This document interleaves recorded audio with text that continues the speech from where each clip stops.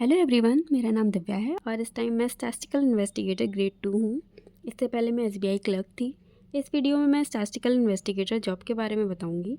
YouTube पे इस job profile से रिलेटेड ज़्यादा वीडियोस अवेलेबल नहीं हैं। इसके रिगार्डिंग मेरी एक वीडियो पे कमेंट आया था, तो मैंने सोचा इस जॉब प्रोफाइल पे एक वीडियो बना दूँ ताकि जो भी एस्पायरेंट्स इसमें सिलेक्शन लेने की सोच रहे हैं उन्हें इस जॉब प्रोफाइल के बारे में पूरी इन्फॉर्मेशन हो। तो statistical investigator grade 2 registrar general of India department के अंडर है, headed by the ministry of home affairs. इस जॉब में सिलेक्शन एसएससी सीजीएल के थ्रू होता है और इसकी कट ऑफ अलग बनती है। 2024 सीजीएल में एक लिस्ट जेएसओ की आई थी, एक एसआई ग्रेड 2 की और एक ऑल अदर पोस्ट की कट ऑफ लिस्ट आई थी। मेरा सिलेक्शन 2021 के सीजीएल से हुआ है। उस टाइम पे 4 लिस्टें आई थी, double AO, JSO, SI grade 2 and all other post. अब बात करते हैं इस पोस्ट की एलिजिबिलिटी की, तो इसमें आप सभी के लिए गुड न्यूज़ है। 2024 सीजीएल तक इस पोस्ट में एलिजिबल होने के लिए आपके पास स्टैटिस्टिक्स ग्रेजुएशन के तीनों साल में या फिर ऑल 6 सेमेस्टर्स में एज अ सब्जेक्ट और पेपर होना कंपलसरी था। अगर आपने किसी एक साल में या एक सेमेस्टर में स्टैट्स पढ़ी है तो आप इसके लिए एलिजिबल नहीं थे। आपका एसएससी सीजीएल में सिलेक्शन हो तो जाता, पर डीवी के टाइम वो आपको रिजेक्ट कर देते हैं। बट अब रिक्रूटमेंट रूल्स में चेंज हुआ है। अगर आपका ग्रेजुएशन स्टैटिस्टिक्स, मैथमेटिक्स, इकोनॉमिक्स या और भी किसी सब्जेक्ट जो कि आप स्क्रीन पे देख रहे हैं इनमें से किसी भी सब्जेक्ट में हुआ है तो आप एलिजिबल हैं इस पोस्ट के लिए। अब stats all 3 years of graduation में होना कंपलसरी नहीं है। अगर आपको ये रिक्रूटमेंट रूल्स देखने हैं तो आप censusindia.gov.in की साइट पे जाके देख सकते हैं और इसकी लिंक मैं डिस्क्रिप्शन में दे दूँगी। तो अब इसकी जॉइनिंग पे आते हैं। तो 2021 सीजीएल तक पहले डीवी एसएससी करवाता था, देन अगेन मिनिस्ट्रीज अपना डीवी कराती थी। सो मेरे रिज़ल्ट के 1 मंथ के अराउंड मेरे एसएससी की डीवी के लिए मेल आ गया था। देन अराउंड 3 मंथ्स के बाद मुझे जहाँ जॉइन करना था वहाँ से मेल आ गया था। अब तो ये प्रोसेस चेंज हो गया है, डायरेक्ट मिनिस्ट्रीज़ ही आपका डीवी कराएंगी। सो ये प्रोसेस काफ़ी फास्ट हो गया है, तो आपकी डीवी का मेल भी जल्दी आ जाना चाहिए। मिनिस्ट्री ऑफ होम अफेयर्स के under organisation registrar general of India and census commissioner आती है। इनके under directorate of census operations DCOs आते हैं।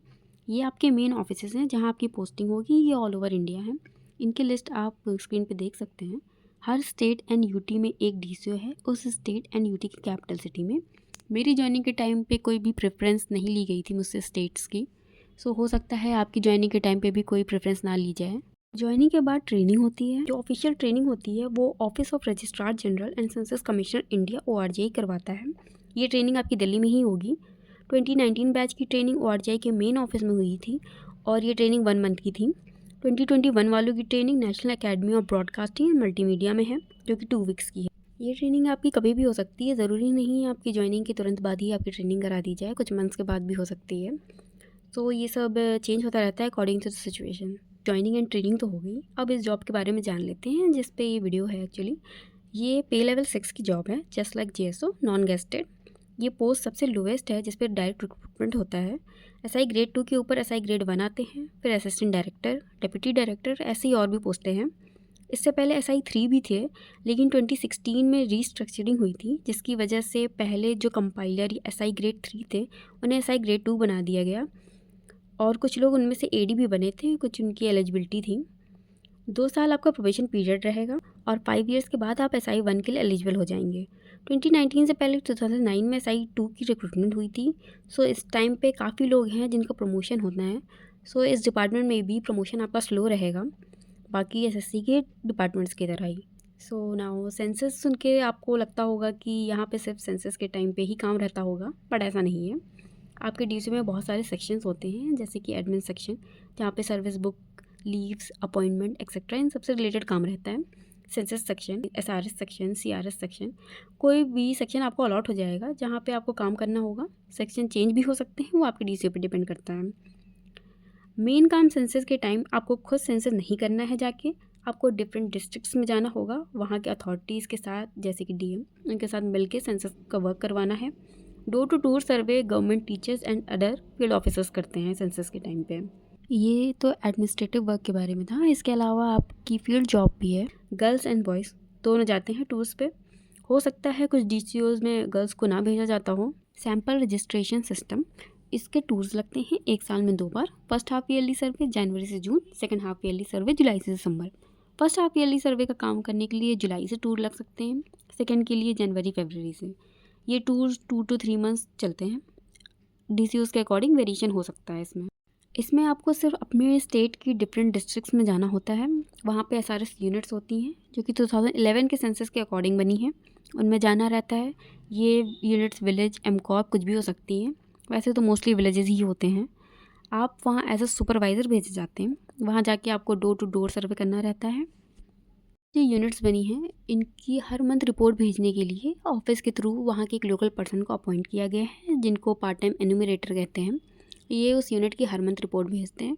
आपको हर 6 मंथ में वहाँ जाना रहेगा, अपना इंडिपेंडेंट सर्वे करना रहेगा। आपकी हेल्प के लिए ये रहेंगे वहाँ पे ताकि आपको लोकेशन दिखा सकें। सो आपको इतना डरने की ज़रूरत नहीं है कि आप कैसे क्या करेंगे, कैसे पहुँचेंगे वहाँ। ये आपकी इतनी हेल्प तो कर ही देंगे, लेकिन आपको जो सर्वे करना रहता है वो आपको इंडिपेंडेंट ही करना रहता है, इनसे उसका कोई लेना देना नहीं है। टूर 15 से 20 दिन का हो सकता है, उससे ज़्यादा भी हो सकता है, कम भी हो सकता है, और इन टूरों में आपको 2 से 5 यूनिट मिल सकती है।